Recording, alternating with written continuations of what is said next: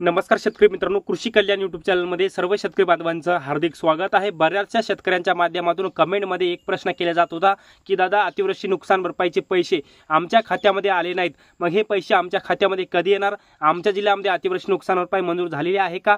याचबरोबर अतिवृष्टी नुकसान भरपाईची आम्ही केवायसी केलेली आहे, परंतु कोणतं कारण आहे की आमच्या खात्यामध्ये पैसे आलेले नाहीत? तर याच व्हिडिओच्या माध्यमातून अतिवृष्टी नुकसान भरपाई संदर्भातल्या संपूर्ण शेतकऱ्यांच्या प्रश्नाची उत्तरं या व्हिडिओच्या माध्यमातून घेण्याचा प्रयत्न करणार आहोत। आणि अतिवृष्टीचं अनुदान तुमच्या खात्यामध्ये येण्याकरिता तुम्हाला दोन महत्त्वाची कामं करायची आहेत, ती कामं तुम्हाला कोणती करायची आहेत या व्हिडिओच्या माध्यमातून सांगण्याचा प्रयत्न करणार आहे। तर नमस्कार, मी ज्ञानेश्वर सवणकर स्वागत करतो कृषी कल्याण यूट्यूब चॅनलमध्ये। सर्व शेतकरी बांधवांना एक महत्त्वाची विनंती आहे, या साईडला दिसत असलेल्या काळ्या बटनावरती क्लिक करा, जेणेकरून तुम्ही आम्हाला सबस्क्राइब कराल। आणि तुम्ही जर आम्हाला सबस्क्राइब केलं तर असेच नवनवीन शेती संदर्भात व्हिडिओ तुम्हाला आमचे सर्वप्रथम पाहायला भेटतील। तर शेतकरी मित्रांनो, चला तर व्हिडिओला सुरुवात करूया। तर शेतकरी मित्रांनो, सर्वप्रथम आपण बघूयात की अतिवृष्टी नुकसान भरपाईच्या याद्या कोणकोणत्या जिल्ह्यामध्ये आल्या आहेत आणि त्या याद्यामध्ये किती शेतकरी त्या जिल्ह्यातील पात्र आहेत आणि त्या जिल्ह्याला किती कोटी रुपये निधी प्राप्त झालेला आहे, याचबरोबर त्या जिल्ह्यातील शेतकऱ्यांना हेक्टरी किती रुपये निधी मंजूर झालेला आहे या संदर्भात थोडक्यात माहिती आपण सर्वप्रथम घेण्याचा प्रयत्न करणार आहोत।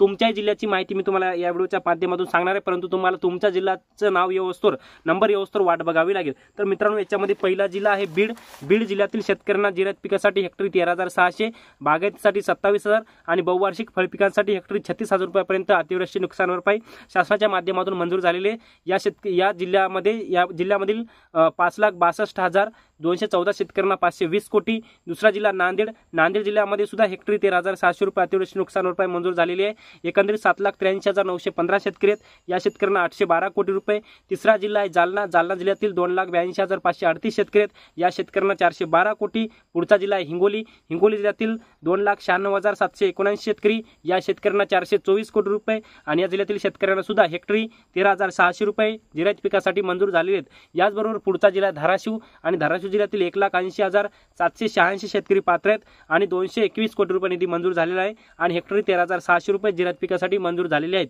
याचबरोबर पुढचा जिल्हा छत्रपती संभाजीनगर जिल्ह्यातील 2,57,747 शेतकरी पात्र आहेत, या शेतकऱ्यांना 234 कोटी रुपये अतिवृष्टी नुकसान भरपाई मंजूर झालेली आहे। याचबरोबर पुढचा जिल्हा परभणी जिल्ह्यातील 5.5 लाख शेतकऱ्यांना 548 कोटी 59 लाख रुपयाची अतिवृष्टी नुकसान भरपाई मंजूर झालेली आहे। याचबरोबर शेतकरी मित्रांनो, पुढचा जिल्हा आहे लातूर जिल्ह्यातील 3.5 लाख शेतकऱ्यांना 384 कोटी 14,38,000 रुपयाची अतिवृष्टी नुकसान भरपाई मंजूर झालेली आहे।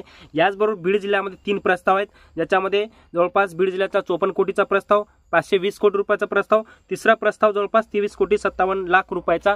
या तिन्ही प्रस्तावाच्या याद्या या जिल्ह्यातील शेतकऱ्यांच्या प्रकाशित केलेल्या आहेत आणि या सर्व जिल्ह्यातील, आता जे काही जिल्ह्यांची मी नावं घेतली, या सर्व जिल्ह्यातील केवायसीच्या याद्या आता एकाएकानं अपलोड होत आहेत आणि ज्या शेतकऱ्यांच्या केवायसीच्या याद्या आलेल्या आहेत, अशा केवायसीच्या याद्या आलेल्या शेतकऱ्यांना किंवा अतिवृष्टी अनुदानाच्या यादीमध्ये नाव आलेल्या शेतकऱ्यांना आपला व्हीके नंबर घेऊन CSC केंद्रावर जाऊन त्यांना त्यांची केवायसी करणं बंधनकारक आहे। केवायसी केल्यावर 15 दिवसामध्ये अतिवृष्टी नुकसान भरपाईचे पैसे त्यांच्या खात्यामध्ये येणार आहेत आणि जरी आता केवायसी करून देखील जर पैसे आले नसतील तर त्यांच्या आधारला बँक खातं लिंक करणं महत्त्वाचं आहे।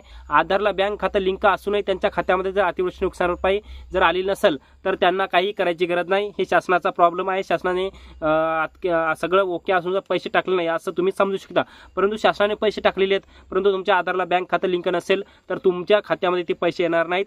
त्यामुळे तुम्हाला आधारला बँक खातं लिंक करून घेणं अत्यंत महत्त्वाचं आहेच। याचबरोबर आपण जर पाहिलं तर पुढचे काही जिल्हे आहेत अतिवृष्टी नुकसान भरपाईसाठी, ज्याच्यामध्ये अमरावती जिल्हा आहे, अकोला जिल्हा आहे, यवतमाळ, बुलढाणा आणि वाशिम, म्हणजे अमरावती, अकोला, यवतमाळ, बुलढाणा, वाशिम या 5 जिल्ह्यातील अतिवृष्टी नुकसान भरपाईच्या याद्या आलेल्या आहेत। व्हीके नंबर घेऊन भरपूर शेतकऱ्यांनी केवायसी सुद्धा केलेली आहे। अशा केवायसी केलेल्या शेतकऱ्यांच्या खात्यामध्ये काही दिवसापूर्वी वाटप सुरू झालेलं होतं, परंतु ते वाटप पुन्हा स्थगित झालं, थांबलेलं आहे आणि काही दिवसामध्ये परत 2-4 दिवसामध्ये अतिवृष्टी नुकसान भरपाईचं वाटप पुन्हा या जिल्ह्यामध्ये होणार आहे। याच्यामध्ये शेतकरी मित्रांनो पाहिलं तर अमरावती, अकोला, यवतमाळ, बुलढाणा आणि वाशिम या जिल्ह्यामध्ये भरपूर कमी शेतकरी पात्र केलेले आहेत। वाशिम जिल्ह्याचा प्रस्ताव शासनाकडे पेंडिंग आहे। याचबरोबर आपण जर पाहिलं तर पुढचे जिल्हे काही आहेत, ज्याच्यामध्ये अहिल्यानगर जिल्ह्याचा समावेश आहे। अहिल्यानगर जिल्ह्यातल्या 5,749 शेतकऱ्यांना 24 कोटी रुपयाची अतिवृष्टी नुकसान भरपाई मंजूर झालेली आहे।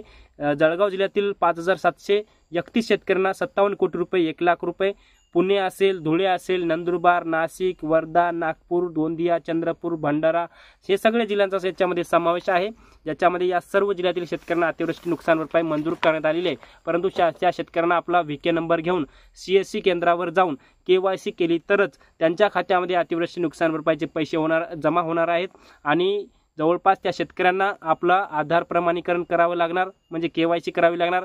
याचबरोबर आधारला बँक खातं लिंक नसेल तर ते पण त्यांना करावून घ्यावं लागेल। तर मित्रांनो, अद्यापर्यंत जर अतिवृष्टी नुकसान भरपाईच्या याद्या आलेल्या नसतील तर लवकर तुमच्या जिल्ह्यातल्या याद्या येतील आणि अतिवृष्टी नुकसान भरपाईच्या याद्या आलेल्या असतील तर KYC करून घ्या। KYC केल्याशिवाय तुमच्या खात्यामध्ये अनुदान येणार नाही। या माहितीसह मी तुर्तास इथेच थांबतो। तोपर्यंत आपल्या सर्वांचे मनापासून धन्यवाद।